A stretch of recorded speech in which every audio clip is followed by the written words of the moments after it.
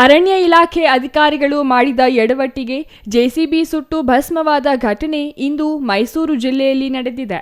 ಐತಿಹಾಸಿಕ ಧಾರ್ಮಿಕ ಕ್ಷೇತ್ರವಾದ ಶ್ರೀ ಬೇಲದಕುಪ್ಪೆ ಮಹದೇಶ್ವರ ದೇವಾಲಯಕ್ಕೆ ತೆರಳುವ ಮಾರ್ಗದಲ್ಲಿ ಘಟನೆ ನಡೆದಿದ್ದು, ಆನೆಕಂದಕ ಕಾಮಗಾರಿ ನಡೆಸಲು ಜೆಸಿಬಿ ಬಳಸಲಾಗುತ್ತಿತ್ತು.